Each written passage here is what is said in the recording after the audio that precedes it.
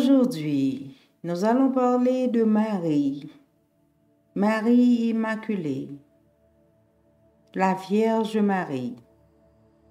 Et aussi, nous allons parler de Marie-Madeleine. J'ai dit plus tôt qu'il y a deux types de mental. Ceux qui sont vierges et ceux qui sont sales, impropres, déchus, corrompus et inadéquats. Le mental vierge est symbolisé par la Vierge Marie, Marie Immaculée.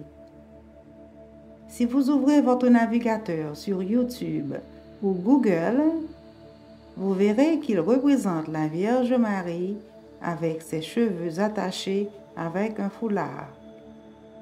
Le foulard qui rassemble ses cheveux signifie qu'elle a le contrôle de ses pensées, qu'elle les tient et qu'elle ne s'identifie pas avec elles.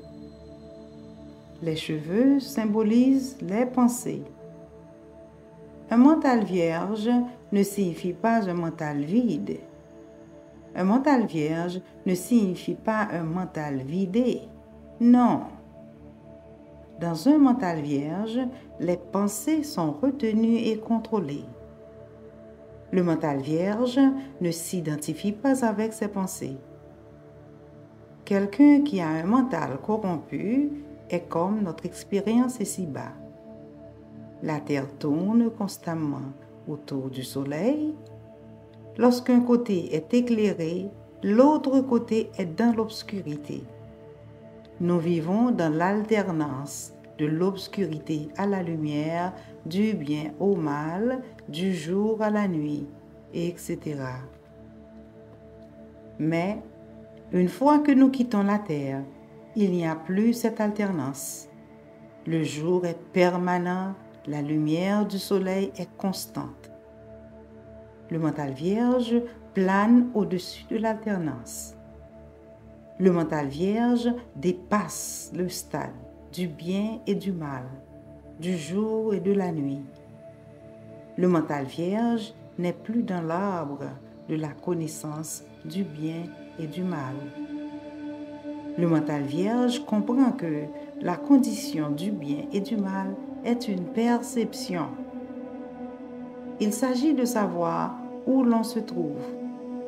Ce qui est bon pour l'un peut être mauvais pour l'autre. Ce n'est qu'un arbre. On le verra différemment en fonction de l'angle sous lequel on le regarde. L'arbre est une représentation mentale.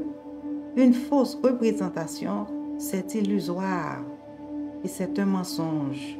C'est Maya. Maya est l'illusion. Ainsi, la Vierge Marie est une représentation de mental vierge.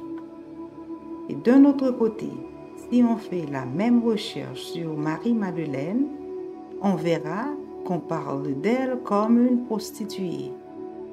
Mais ce n'est pas qu'elle soit une prostituée et comme on l'entend aujourd'hui. Non, on parle de son mental.